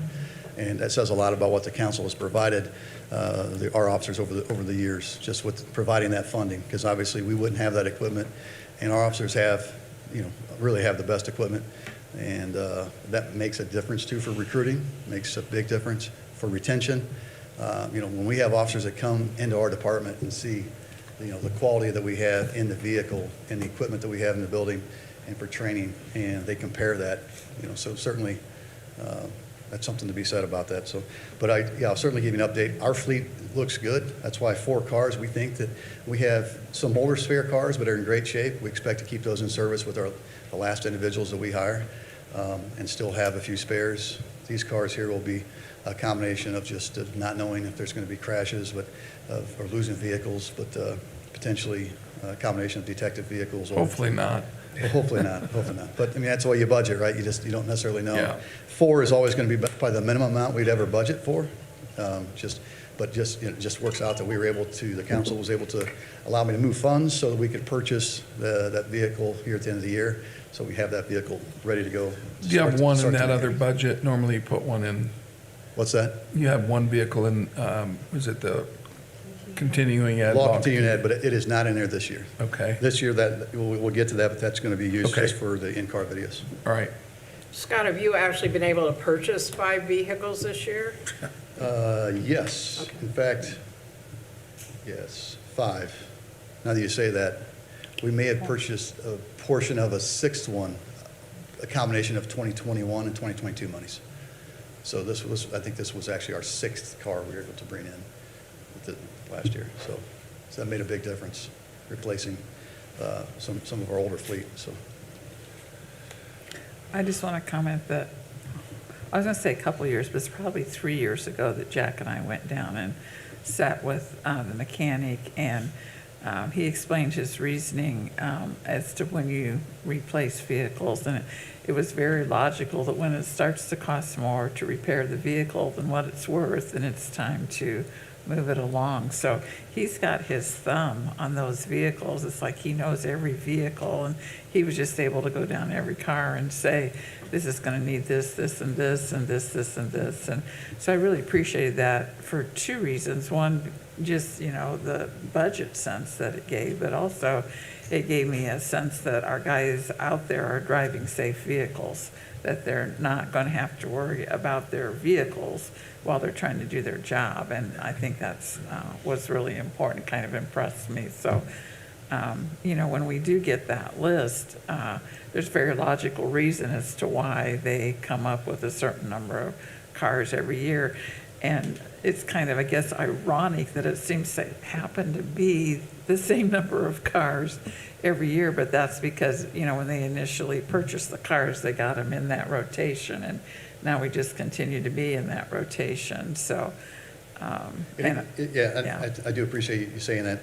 But, our rotation is just that. I mean, every car, you never know what the life expectancy is going to be. Some officers are just going to drive more depending on the shift. They may live a little bit further away, but our cars, they on average have, live a lot longer, have a longer lifespan than obviously, an agency where those cars are rotated in or they're being shared. But we've had a number. I just recently had a vendor talk about how long we keep our cars, because we put equipment in our cars. The equipment is a huge investment. So you have the car, but then all the equipment. I mean, these are expensive vehicles. And, fortunately, I think we're getting to a point with technology that a lot of this equipment, we're here going forward, we'll be able to use some of that equipment. I think for the first time, we're going to actually be able to move a light bar onto another vehicle, which is like, that'd be a $1,500 savings. But that doesn't always work because of just the way they age but if we have a car that lasts 8 years, that equipment pretty much, use its lifespan. But if we have a car that only lasts 5 years, we can put that equipment back into circulation, so, thanks. Thank you. Anyone else before we move ahead? All right. Okay, the next will be the law continuing education, which is 2228. This is I don't have it. revenue-based, and the amount that we have in there is going to be approximately $29,000. So we budgeted the full amount, and that's just going to be for in-car video systems. We're budgeting for 5. That'd obviously be to put into the 4 new cars and a potential pending. Scott, explain real quick where this money comes from. This is So- not a tax-supported fund. Correct. And so I'm assuming that everyone receives, like, the schedule of the revenues. No, I didn't include it, it's on the revenue stuff. Okay. So for the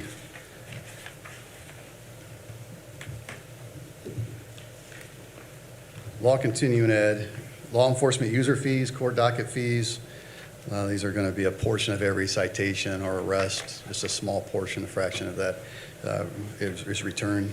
And it's basically returned monthly. We receive just like a electronic funds transfer, correct, or is it a check?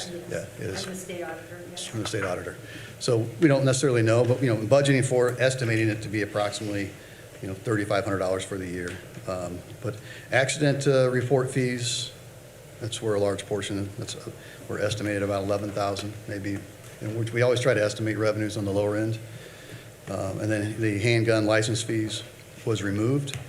However, hopefully we'll continue to receive, as we did in 2022, which was basically a reimbursement of whether it be a grant, but just a reimbursement based upon the amount of funds, revenue that we would have lost since at the time, the law changed for no fees for handgun licensing.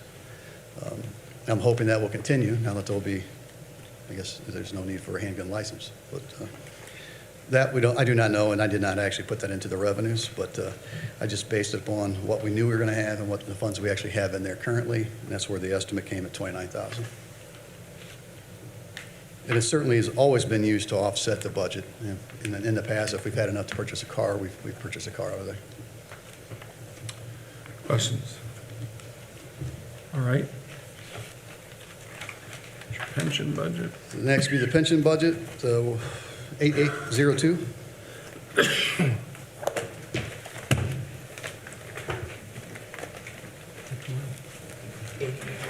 So this is for the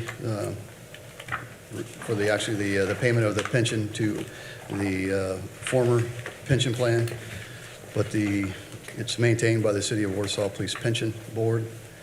The 2022 was a pension salary or salaries and wages of $261,248, a slight increase of 2.63% to $268,118. You'll notice if you go down to employee benefits, under the death benefits, under pension contributions to the 77 pension fund. This is the line item that we had in place in 2021, 2022, and now in 2023. That amount reduced from $269 in 2022 to $83,327 per previous statement. So that offset your general fund by that amount, Offset the general fund by that amount, correct? 83,000. But this is it, that money is, this is the last year that there's money available to do Correct. that. So next year, our budget will increase by approximately 83,000, so it'll show a slight increase in personal services just from the lack of having those funds. And also, a significant reason of why there's such a large increase in the personal services from the general budget. The total of this budget is reduced by $178,803. Again, that's because of those pension contributions. And so the total amount of this budget is $379,245. Questions?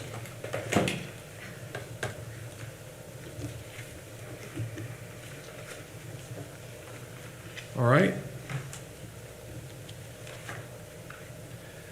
So do have one more, which is the forfeiture fund. I don't believe, I'm not even sure if we had the opportunity to discuss the forfeiture fund. Is that in your documentation? Start talking.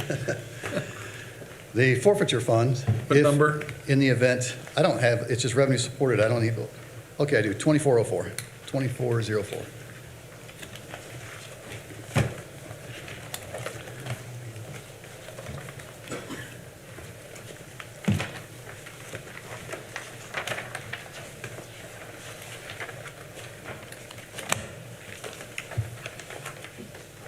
And again, what's the revenue source?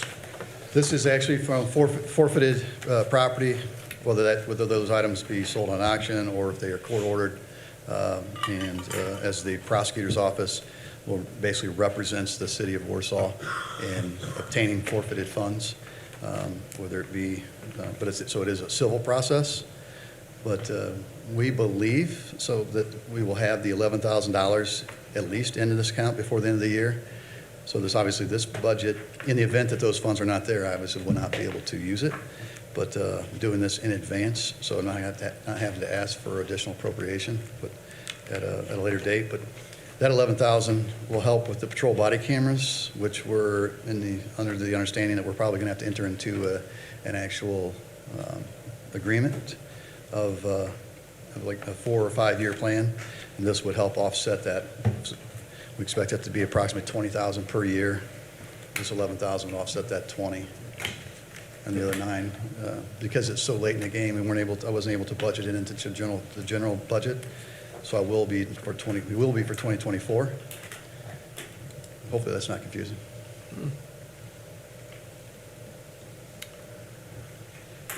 All right. You guys are quiet tonight.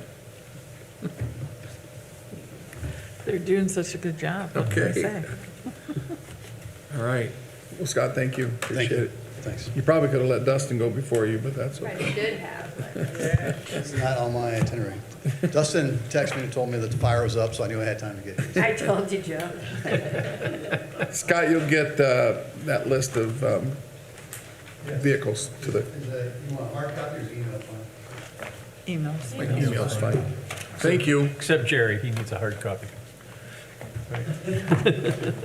Dustin. I'll write him a copy. You ready?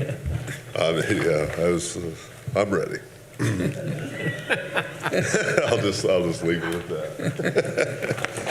that. So I guess we'll start with 1101-008, the street department's general budget. What number was that again? 008. 11 Oh, 008. 1101-008. It's general fund. I heard 1101, that's all I heard. Okay, so as salaries and wages, we did have an 18% increase there, the 4% increase, but also an addition of potentially 2 more employees just to cover the central services. I know when Mike and Diane came down, or Mike and Cindy came down, sorry, we went through the central services deal just so you guys could see all the breakdown. I mean, it covers everything from mowing to electricians to snow plowing to trees to weeds in a sidewalk to landscaping. Is broken down throughout each department, and we've kind of taken on a lot of other tasks that it would just be a nice addition to have a couple extra staff members. I to think it's help out. important to support what Dustin is talking about, because when we did our organizational and operational review, that was the one thing that Baker Tilly found, that there were, as you grow and you get new tasks, they don't get assigned. And people just kind of pick them up, but they're not really in their job descriptions and their requirement for labor and materials. So as a department, meeting, we sat down and talked about going through and putting all of those, let's just say miscellaneous mowing, and all the things he just talked about. Let's put it down, see who's doing it right now, see who can do it better, so that not every building in this city has a lawnmower, and that we can consolidate some of this stuff. And I know you guys got to hear the front and back of that, but it was a long process, and Dustin took charge of that. And we were able to put together a great plan, and it'll continue to evolve as we grow and as our needs change, but it's just something that we hadn't done in a while. And I told Dustin, I said, let's get this down, and, if you guys are mowing X amount more, or you've got this more to do, we need to get employees to be able to do that. It's not that you just reshuffle the assignments. It's a sign of growth in the community that we need more folks, but we want to be smart about it too. We don't want each department doing all their own lawn work, et cetera. So Dustin has worked very hard to get to this point, and I certainly support his request for those 2 extra employees simply for that reason. And really, the employee cost versus the equipment savings will more than balance out. It'll end up being cheaper, more efficient, and more effective for the city in general. The fire department had lawnmowers. Those guys were trying to fit in with, in between fire calls or EMS runs to go out and mow the yard and stuff down there. I mean, their skills are better used in other places. So we took over mowing most of the fire stations. I know Hal jumped in with the PD, same thing. So again, it's just a little more of an efficiency thing. But anyway, moving on, unless there's any other questions on that, we'll move on down through, not much change, and just, the insurance items. Personal service was a 5% change. That's just a little bit of inflation there. Being on through our office supplies, this number hasn't changed at all. Terry, our head administrator down there, I think is about as thrifty as it comes. She finds the best sales on every little thing, so hasn't been an increase in years. The 220s, our operating supplies, did have a 50% increase. Most of that is fuel. We're fighting double fuel prices of what we were a year ago. Our May alone, just diesel fuel bill with oil and different things for services was $25,000. Well, 25,000 times 12 is your $300,000 budget right off the bat. We do have fuel bids coming in this Friday at Board of Works, so we'll see kind of how that helps out. We can also extend those into next year, but that is where most of the increase is. I mean, it's hits everybody, and it's definitely hit us hard because we have a significant amount of vehicles moving around the city at all times to take care of, a lot of heavy trucks, a lot of diesel equipment. So big increase there, but it's one that you have to have as well. So repairs and maintenance was not any change there. Still the same amount, same thing. And as far as emergency meals, engineering fees did go up 100%. We put 150,000 in there.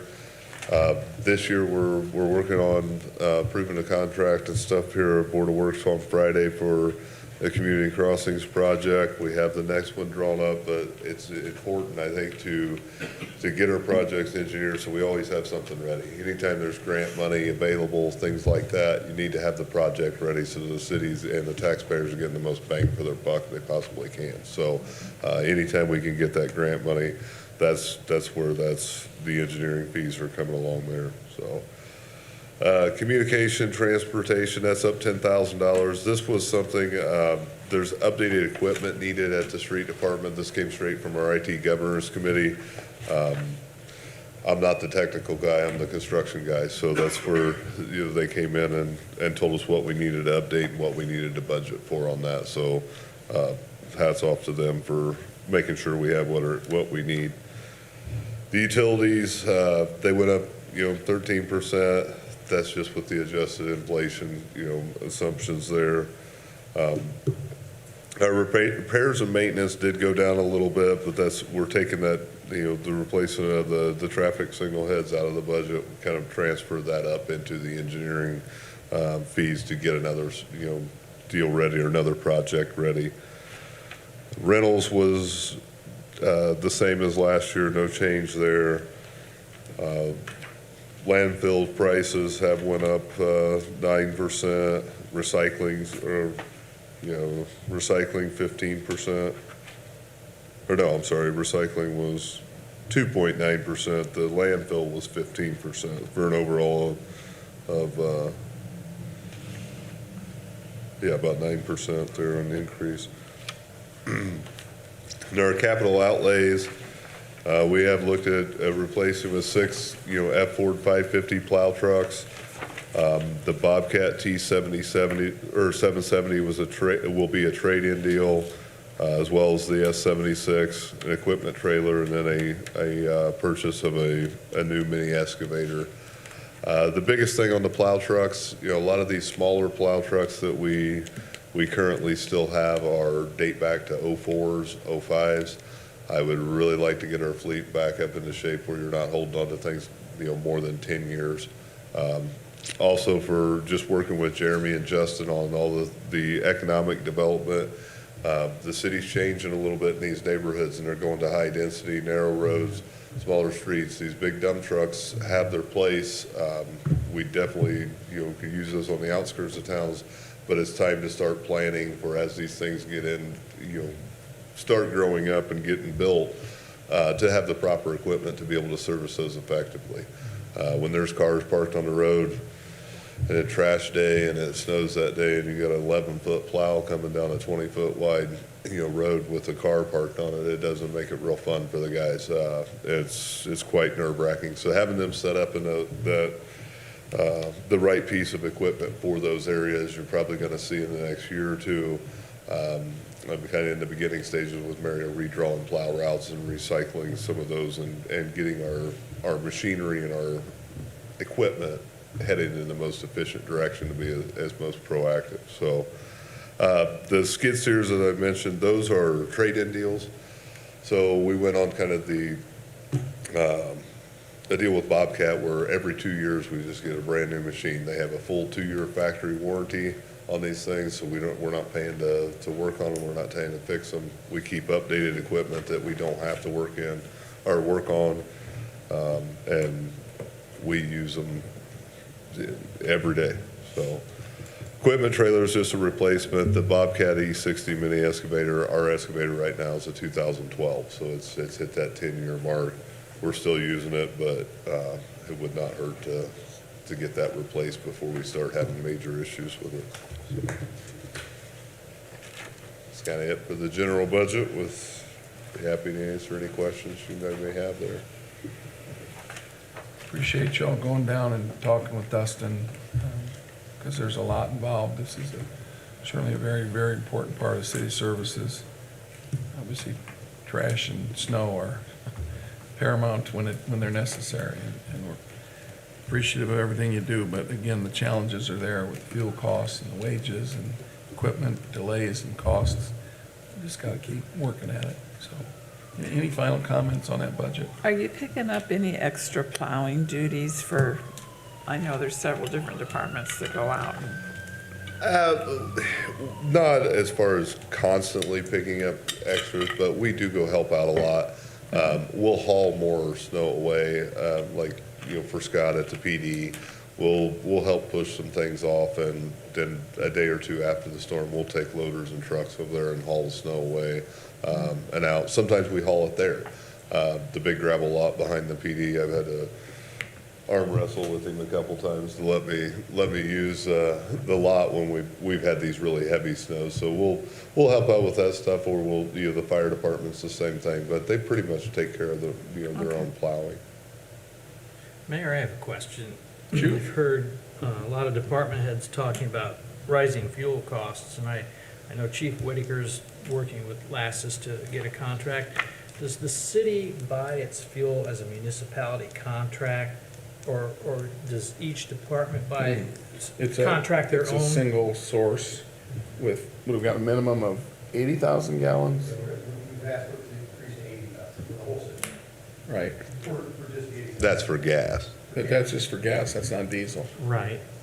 But it's not by department. The department budget's based on the fuel cost, and that's the beauty of this thing. You know, last year everybody was budgeting $2.57. We'll find out Friday maybe what we'll be budgeting next year.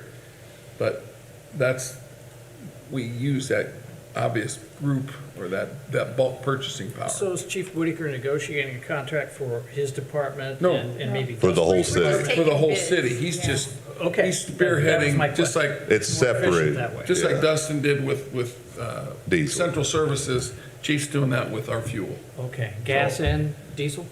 Diesel fuel's being bid as well. It'll be opened at the same time, but Okay. it's on a separate bid with diesel. I wasn't for sure, it on-road just seems like it'd diesel be and- more efficient buying bigger bulk for the whole.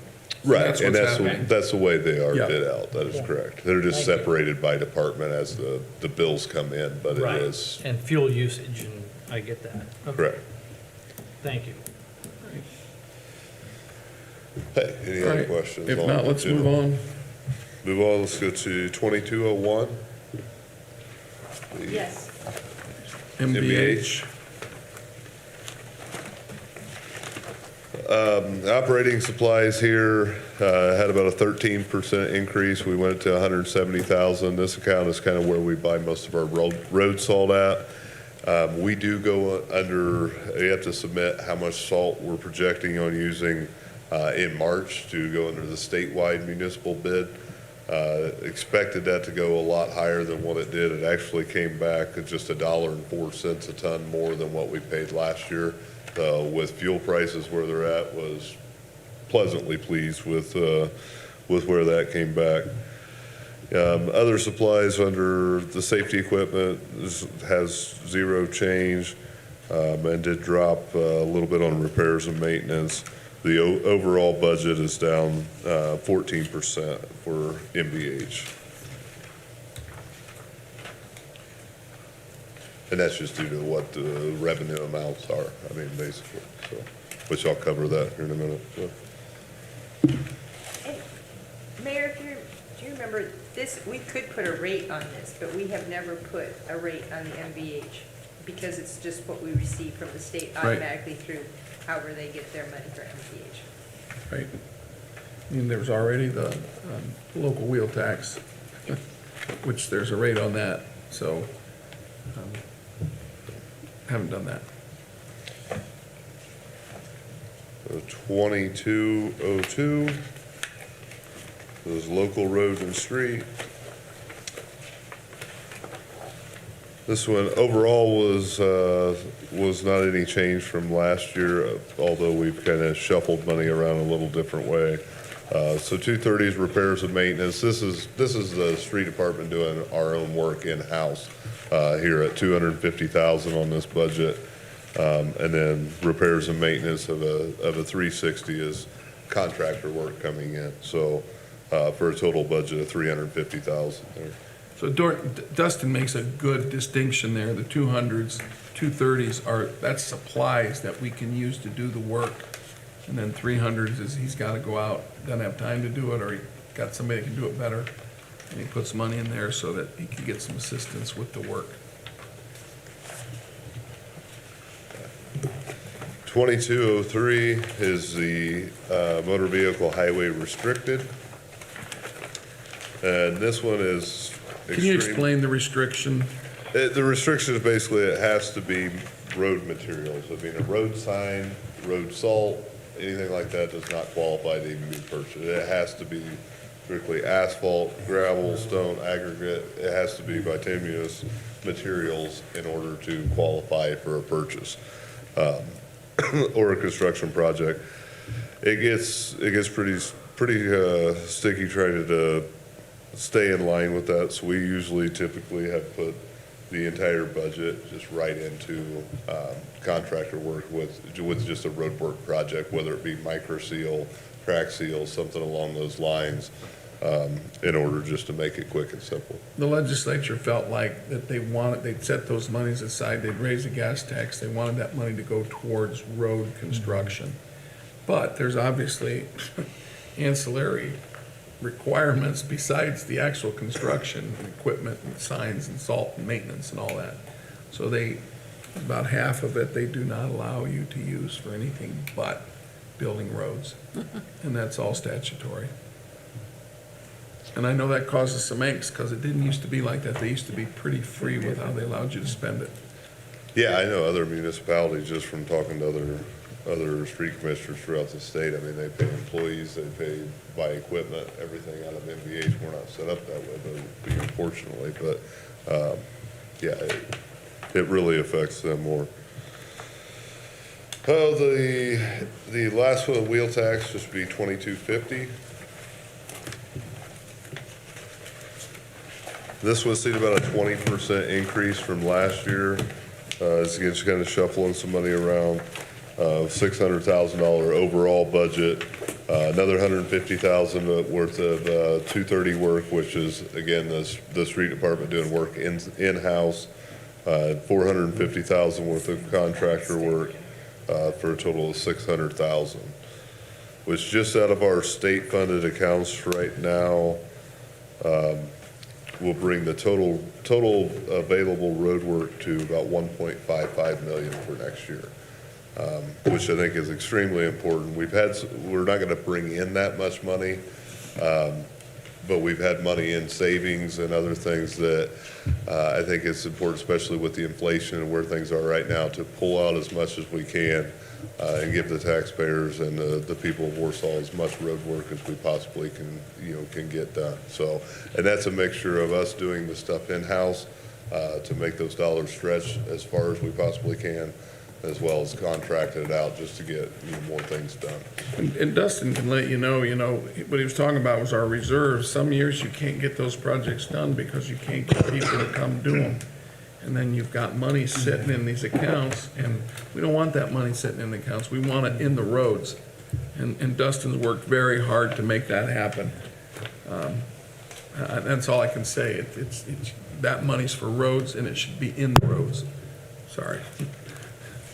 So, all right, Dustin, good job. Anything else? No, I think we're good. We got some exciting projects going on right now. We've got quite a few more coming. With Microseal coming in September. Those crews, paint striping is supposed to start tomorrow. There's a crew coming in to do some paint striping. There'll be some thermo to follow. Started a new complete road build down on off of Dwight Drive. Last week, we'll start paving Millings. We've got all the stone in it dug. It's about 1,000 foot of new road that'll help with, the traffic backup problem on, for Eisenhower School up 200 South. So it's been a fun project. It's always neat to have the guys build it completely from scratch, to get that kind of experience. I'm just thankful that we're able to do it in-house and with recycled materials, in order to make a huge impact, because it should be able to stack about 50 additional cars in that pickup line. So Any update on the streetlights? the They've been streetlights. ordered. Yeah, the vendor came down last week, met with me and city engineer Aaron Ott, and we went over the pattern. Oh, good. He sent that back after we got that dialed in. It's just waiting for the final signature on that, so I got to get with Aaron on that tomorrow. Perfect. But they've all been ordered, the POs there, all that stuff. So it's just getting the final specs to make sure everything's in line where it needs to be. So, Great. other than that, Final questions? You can't help but notice some of these new asphalt paved roads around town. They're nice. oh, thank you. That paver, I think, was money well spent. They do a nice job with it. We got some They very do a talented nice guys, job and with it. it's really done us, it's served us well. I think on my calculations that I've sent you guys over the last couple of years that we've had it, I think it's, in just savings of what it would be to contract out, I think it's paid for itself about 3 times already, and this is the 3rd season. So we're very fortunate to have it. So, Money well spent. thank you. All right, thanks, Dustin. Thank you all, appreciate it. Denny, were you hanging around for I was here for moral support. Well, thank you. We could hear your budget if you got it, but I heard there'd be a bloodbath. no. It was- We got y'all worried for nothing, Garrett. All right.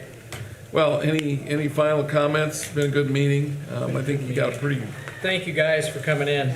reasonable Appreciate idea it. where we stand, what our challenges are. So if there's nothing else to come before the council, I'll ask for a motion to adjourn.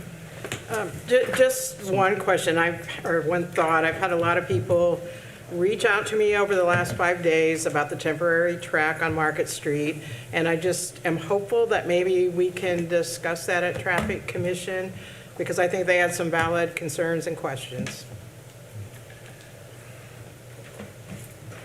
All right, anybody else? All right, is there a motion to adjourn? So move. Second. Thank you.